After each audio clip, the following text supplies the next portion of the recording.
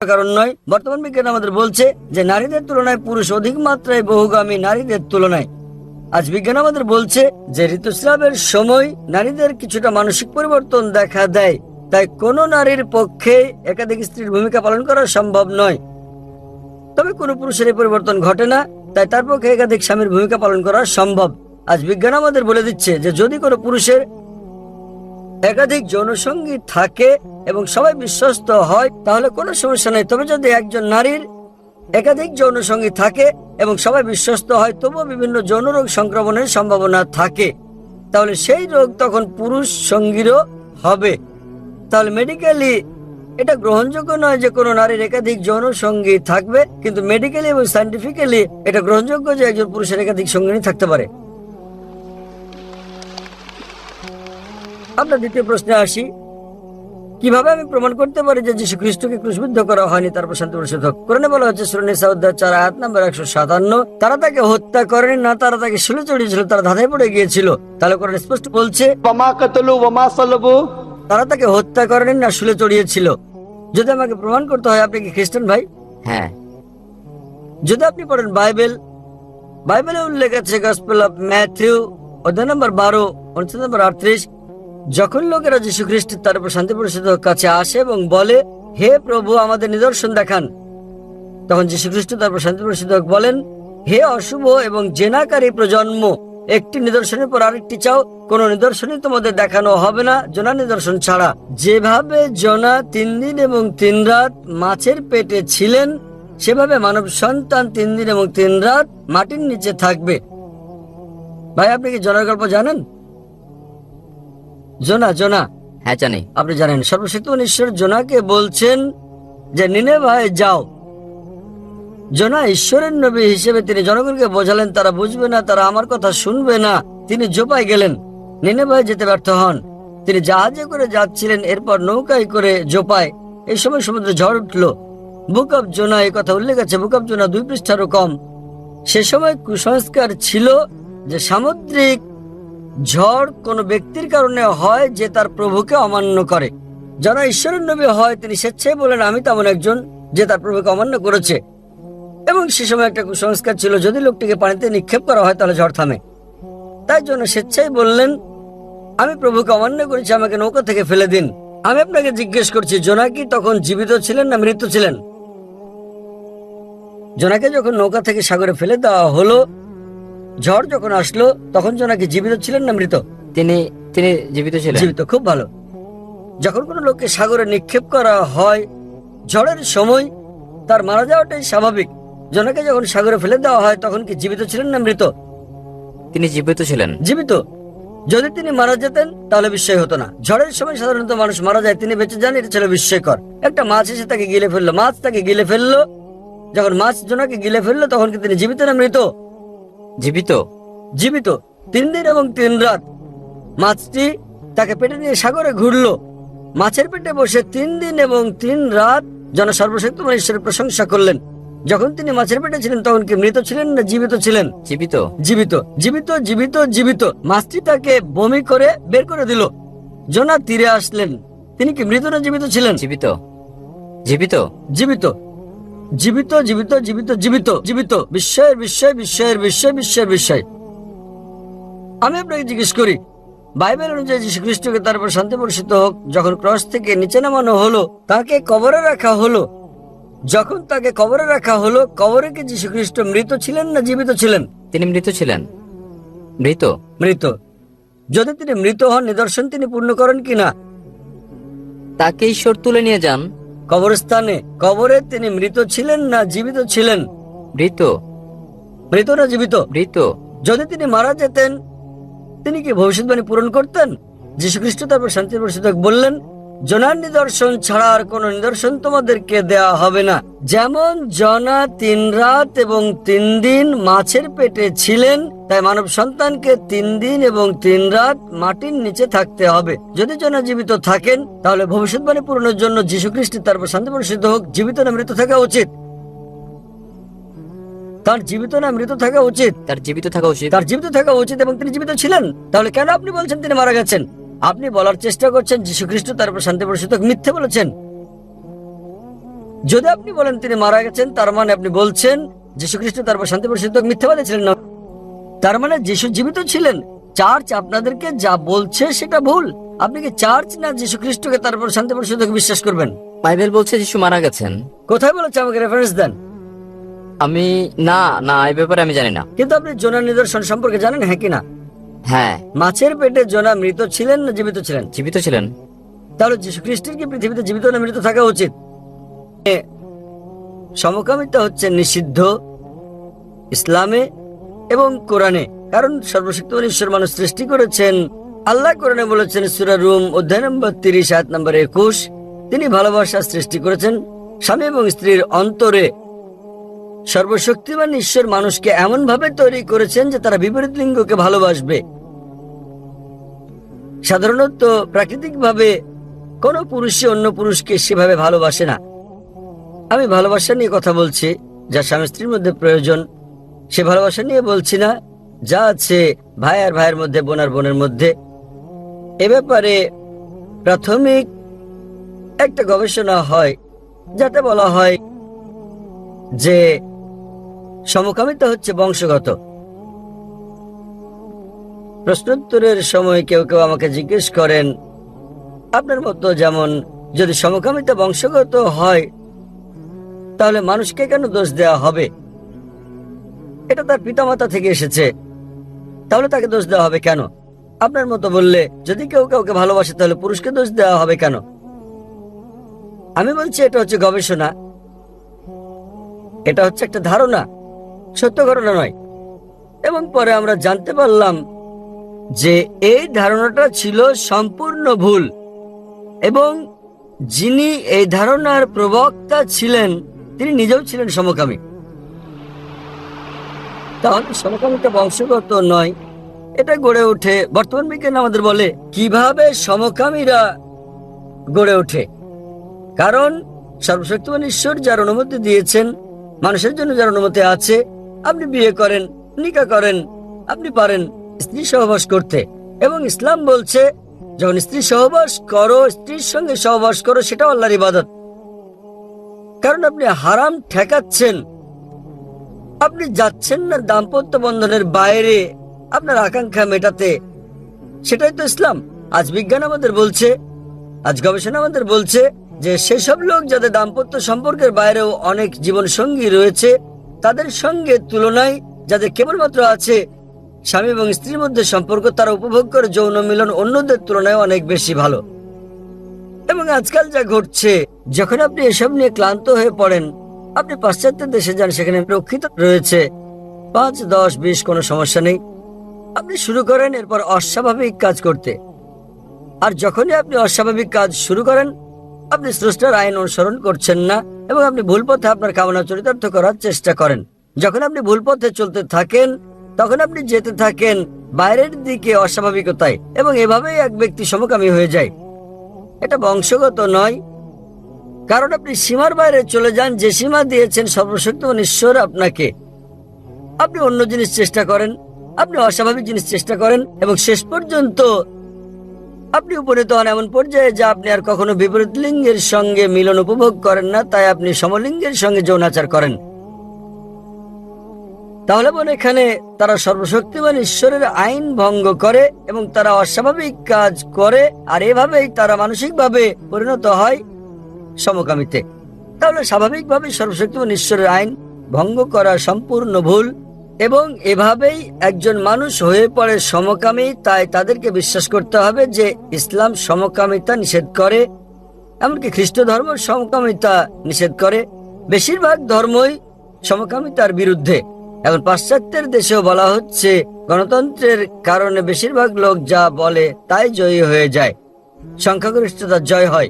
ইসলামে সংখ্যাগরিষ্ঠতা জয়ী হয় না, হক জয়ী হয়, সত্যের জয় হয়। আমার মনে পড়ে 1996 সালে যখন আমি কানাডায় গিয়েছিলাম, প্রথমবারের মতো লেকচার দিতে গিয়েছিলাম। কাগজের প্রথম পৃষ্ঠায় দেখলাম একজন পুরুষ আরেকজন পুরুষকে চুমু খাচ্ছে। এক পুরুষ আরেক পুরুষকে চুমু খাচ্ছে এবং বলছে তারা পরস্পরকে বিয়ে করেছে। বর্তমান পাশ্চাত্যে যদি আমি সমকামিতার বিপক্ষে বলি, সেটা অপরাধ হয়ে যাবে, সেটা অপরাধ। তাহলে আমরা যা বুঝলাম যে অতীতে সব দেশে সমকামিতা ছিল অপরাধ। পরে পাশ্চাত্যের কিছু দেশে কানাডার মতো এর প্রতি আইন অনুমোদন করা হয়। আজকাল বেশিরভাগ পশ্চিমা দেশে সমকামিতা হচ্ছে বৈধ। এমনকি ইন্ডিয়ার মতো একটা দেশ, যে দেশ থেকে আমি এসেছি, তারাও ভাবছে এটাকে বৈধতা দেওয়ার কথা। তাহলে আমরা যা বুঝি, যা সত্য তা সত্যই, সংখ্যাগরিষ্ঠতা জয়ী হয় না, যা ভুল তা ভুল। এবং ইসলামে আর বিশ্বের প্রধান বেশিরভাগ ধর্মেই সমকামিতা হচ্ছে একটা পাপ, একটা অপরাধ। এটা আপনাকে জান্নাতে নিয়ে যাবে না, জাহান্নামে নিয়ে যাবে। আশা করি বনুত্তরটা পেয়েছেন। ধন্যবাদ। এই মুহূর্তে আমি ঠিক অবস্থান করছি চুয়াডাঙ্গা জেলা। আর চুয়াডাঙ্গা জেলার আলমডাঙ্গার হলুদপট্টি যেটা বলা হয়, আলমডাঙ্গার সর্ববৃহৎ হলুদপট্টি যে বাজারটি, সেখানেই কিন্তু আমি বর্তমানে অবস্থান করছি। আর আজকের ভিডিওতে এই হলুদপট্টির সকল কিছু কিন্তু আপনাদের মাঝে তুলে ধরার চেষ্টা করব। এখানে হলুদের দাম কেমন, কখন হাট শুরু হয়, এবং সকল কিছুই থাকবে কিন্তু এই ভিডিওর মাধ্যমে। তাই কথা না বাড়িয়ে চলুন শুরু করা যাক আজকের ভিডিও। চুয়াডাঙ্গা জেলার সর্ববৃহৎ পাইকারি হলুদের বাজার, আর এটি কিন্তু চুয়াডাঙ্গা জেলার আলমডাঙ্গা উপজেলায় অবস্থিত। আর এই বাজারটি এতটাই জনপ্রিয় যে শুধু চুয়াডাঙ্গা জেলায় সীমাবদ্ধ নয়, আশেপাশে বিভিন্ন জেলার মানুষ কিন্তু এই বাজারে ভিড় করে। এর পাশাপাশি মেহেরপুর, ঝিনাইদহ, কুষ্টিয়া জেলার অনেক মানুষ আসেন যারা কিনা পাইকারি হলুদ বিক্রি করতে আসেন এই বাজারে। আর এই বাজারে শুধু কাঁচা হলুদ নয়, কাঁচা হলুদের পাশাপাশি বিভিন্ন শুকনো হলুদও কিন্তু বিক্রি করা হয় বা কেনা বেচা করা হয় এই বাজারে। আর আজকের ভিডিওতে এই বাজারটি আপনাদের ঘোরানোর চেষ্টা করব এবং আপনাদের কিছু তথ্য দেওয়ার চেষ্টা করব। তার পাশাপাশি চাষি এবং ব্যাপারীদের তাদের দাম দরের একটা কিছু চিত্র দেখানোর চেষ্টা করব। তাই কথা না বাড়িয়ে চলুন শুরু করা যাক আজকের ভিডিও। আর ভিডিওর মাধ্যমে একদম প্রপারলি এই বাজারের সকল তথ্য কিন্তু আপনারা জানতে পারবেন। এই মুহূর্তে আমি ঠিক আছি আলমডাঙ্গার সর্ববৃহৎ কাঁচা হলুদের বাজার, যেটা হলুদপট্টিতে অবস্থান। এখানে এক চাষির সাথে কথা বলার চেষ্টা করি এবং আজকে হলুদের বাজার কেমন যাচ্ছে সে সম্পর্কে জানার চেষ্টা করি। আসসালামু আলাইকুম। ওয়ালাইকুম আসসালাম। কোথা থেকে আসছেন? মোহাম্মদপুর। মোহাম্মদপুর থেকে। কত বছর নিয়ে আসছেন হলুদ? আমি এক বস্তা নিয়ে এসছি। কেমন কি দাম বলছে? দামের না নেওয়ার মতো। কত চাচ্ছে? কত? 800 বলছে, 800 বলছে, 1100 পর্যন্ত বিক্রি আছে। 1100 পর্যন্ত সর্বোচ্চ বাজার আছে। কত হলে ছাড়বেন? এখন আমি 800 হলে দেওয়ার নিয়াত করি, তা তো নিয়েছি না। 800 গুলোও নিচ্ছে না? না আপনারা কোথা থেকে আসছেন? আমি আলমডাঙ্গা থেকে, আমার আবার আলমডাঙ্গাই। আলমডাঙ্গা থেকে আসছেন। কয় বস্তা নিয়ে আসছেন হলুদ? আমি মোতাদি করে 3টি। 3টা বিক্রি করছেন এখনো? হ্যাঁ, মোতাটা বিক্রি হয়েছে কত টাকা বিক্রি করছেন? 900 টাকা। 900 টাকা মন। আচ্ছা, দেখতে পাচ্ছেন এইটি কিন্তু আলমডাঙ্গা, শুধু চুয়াডাঙ্গার ভিতরে খুবই জনপ্রিয় একটি বাজার। কিন্তু এই হলুদপট্টিতে দেখতে পাচ্ছেন এক গাড়ি পর্যন্ত কিন্তু হলুদ নিয়ে আসে বিভিন্ন দূর দূরান্ত থেকে। তাদের সাথে একটু কথা বলার চেষ্টা করি। আসসালামু আলাইকুম। সালাম। কেমন আছেন? ভালোই আছে। কোথা থেকে হলুদ নিয়ে আসছেন? মেহেরপুর। মেহেরপুর থেকে নিয়ে আসছেন আলমডাঙ্গা বাজারে। কত কেজি হবে বা কত মন হবে এখানে? 32 বস্তা মতন নিয়েছি। 32 বস্তা, কিন্তু তো অনেক নিয়ে আসছে। পুরো গাড়ি দেখতে পাচ্ছেন তিনি নিয়ে আসছে। আর দাম দর কি এখনো হয়েছে? দাম 900 টাকা করে আছে। 900 টাকা বেশি দিচ্ছেন? ধারণা ছিল কি এর থেকে বেশি হওয়ার নাকি? বেশি হয়, 1000 টাকা করে চেয়েছিল, কিন্তু পরে তখন দেয়া। এর আগে কি আলমডাঙ্গা বাজারে আসছেন? হ্যাঁ, এর আগেও এসেছি। এর আগে কত বিক্রি করছিলেন? অত মনে থাকে না। মোটামুটি হলুদের বাজার কেমন, কম না বেশি? কম এবছরে কম। এবছরে কম। তো দেখতে পাচ্ছেন মেহেরপুর থেকে কিন্তু দেখতে পাচ্ছেন গাড়ি গাড়ি কিন্তু এই আলমডাঙ্গা বাজারে কিন্তু হলুদ নিয়ে আসা হয়। আর এখানকার ক্রাউড দেখলে বুঝতে পারবেন এই আলমডাঙ্গা বাজারটা কতটা জনপ্রিয়। আর আলমডাঙ্গা হলুদপট্টিতে একজন যিনি ব্যাপারী আছেন যারা কিন্তু হলুদ কিনছেন, তাদের সাথে একটু কথা বলার চেষ্টা করি। আসসালামু আলাইকুম। ওয়ালাইকুম সালাম। কত বছর ধরে হলুদ কেনেন? আমি আজকে 17 থেকে 18 বছর ধরে কিনছি। 18 বছর, খালি দীর্ঘ টাইম ধরেই কিন্তু হলুদ কেনেন। এই আলমডাঙ্গা বাজারে কেনেন না অন্যান্য বাজারে কেনেন? আমার আড়ত। আলমডাঙ্গাতে আড়ত। আজকে কত মন কিনলেন? আজকে 300 মন টন হবে। 300 মন, খালি তো অনেক হলুদ কিনছেন। এগুলো কোথায় সাপ্লাই দেন? এটা আমি নিজে শোকাই। নিজে শুকায়ে বিক্রি করেন না? আজকের বাজার কেমন? আজকে 700 থেকে 1300 টাকা। 700 টাকা 1300, সর্বোচ্চ বাজার 1300 1300। আর সর্বনিম্ন 700। এগুলোর দাম কেমন, কিভাবে ফিক্স করেন? এটা হচ্ছে এক একটা জাত আছে, সেই জাতের পরে হচ্ছে দাম হয়। কোন জাতটা সবচেয়ে ভালো, দাম বেশি কোনটা? হয়তো একদম পাবনা, স্পেশাল পাবনা যেটা, সেটার দাম বেশি। দাম বেশি। আর এই বাজারটা কখন শুরু হয় এবং কখন শেষ? এটা ভোর 6টার থেকে সারাদিন চলে। এই সপ্তাহে কয়দিন এটা? এছাড়া সপ্তাহে হচ্ছে 4 দিন। সপ্তাহে 4 দিন। কি কি বার? যদি রবিবার, বৃহস্পতিবার। রবিবার, বৃহস্পতি, মানে সপ্তাহে 2 দিন। আর 2 দিন হচ্ছে সকাল 7টা থেকে 9টা। প্রতিদিনই কিনা হয়, প্রতিদিনই কিনে। এমনি শুকনা হলুদ কেনেন না কাঁচা হলুদ? শুকনা কাঁচা সম্পূর্ণ। সব রকম। এই পর্যন্ত কিন্তু আপনাদের চুয়াডাঙ্গা জেলার বিভিন্ন বাজার কিন্তু আপনাদের ঘুরিয়ে দেখিয়েছি। এই পাশাপাশি অনেকেই কমেন্ট করেছিলেন ভাই হলুদের বাজার দেখানোর জন্য। তাদের উদ্দেশ্যেই ছিল আজকের ভিডিওটি। ভিডিওটি কেমন লেগেছে অবশ্যই কমেন্টে জানাবেন। আর ভিডিও ভালো লাগলে অবশ্যই লাইক করবেন, কমেন্ট করবেন অ্যান্ড বেশি বেশি শেয়ার করে সবাইকে দেখার সুযোগ করে দিবেন।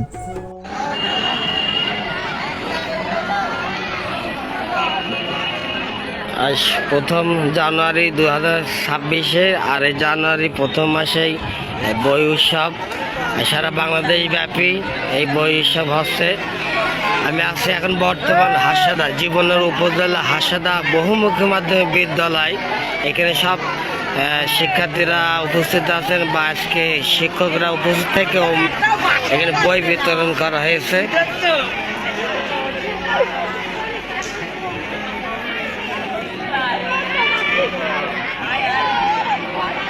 আর আজকে বই বিতরণের উদ্বোধনী অনুষ্ঠানে আছেন জীবননগর উপজেলা শিক্ষা অফিসার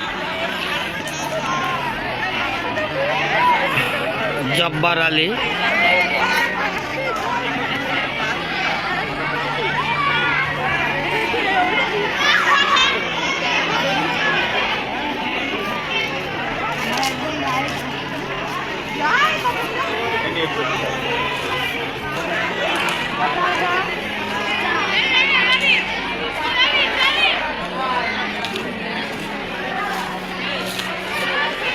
এছাড়াও এখানে আজকে বার্ষিক পরীক্ষার ফলাফল প্রকাশ করা হয়েছে।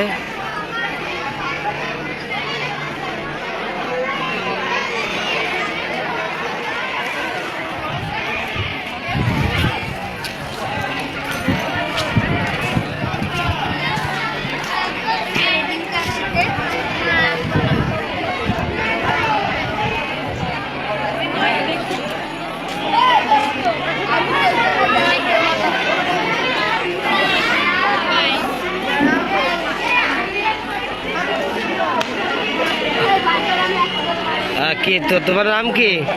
খালিদ। তুমি এই স্কুলের ছাত্র? শিক্ষা ভর্তি হয়েছে। শিক্ষা ভর্তি হয়েছে। তুমি আজকে বই পাবা তাই তো? তোমার কেমন লাগছে আজকে বই পেয়ে? ভালো লাগছে। ভালো লাগছে। পড়াশোনা করবা তো ভালোভাবে? জি। আচ্ছা ঠিক আছে।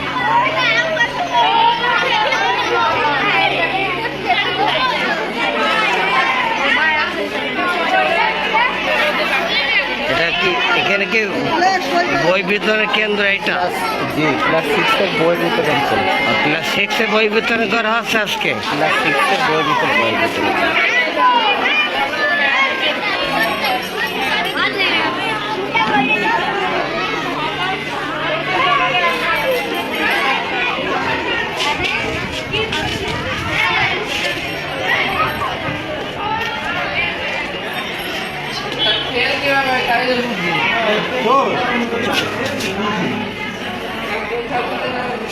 আজকে বই বিতরণ অনুষ্ঠানে প্রধান অতিথি হিসাবে উপস্থিত আছেন জীবননগর উপজেলা শিক্ষা অফিসার আব্দুল জব্বার সাহেব। আমি তিনার সাথে একটু কথা। আসসালামু আলাইকুম স্যার, ভালো আছেন স্যার? স্যার আজকে যে সারা বাংলাদেশ ব্যাপী বা আমাদের হাসাদা বহুমুখী মাধ্যমিক বিদ্যালয় শিক্ষার্থীর মাঝে বই বিতরণ করছে, এই বিষয়ে সংক্ষিপ্ত কিছু একটু বলুন স্যার। বই বিতরণ তো আসলে ওইরকম না, এখানে যে ফলাফল দিল বার্ষিক পরীক্ষার ফলাফল মূলত সেটাই ঘোষণা। আর বই বিতরণে বই উৎসব আমাদের ওইভাবেই নেয়, বই ছাত্রছাত্রীদের হাতে বইটা তুলে দেবে যতগুলো বই আসবে আজকে উৎসব বলে কোনো কিছু নেই। স্যার আপনি একটু একটু বলুন স্যার। হ্যাঁ, আমরা আজকে হাসাদা বহুমুখী মাধ্যমিক বিদ্যালয় হতে 2025 সালে বার্ষিক পরীক্ষার ফলাফল এবং পুরস্কার বিতরণ অনুষ্ঠান করলাম। পাশাপাশি গতদিন আমাদের সাধারণ ছুটির কারণে আজকে 1 জানুয়ারিতে দিলাম 2026 সালের, এবং সাথে সাথে বই বিতরণ অনুষ্ঠানটা হবে। আপনাদের বই বিতরণ এখন মানে শেষ, আজকে গিয়ে আপনার বই বিতরণ শেষ হবে? আমরা ক্লাস 6 এর বই আজকে বিতরণ করছেন শিক্ষার্থীদের মধ্যে। আপনাকে তো অসংখ্য ধন্যবাদ।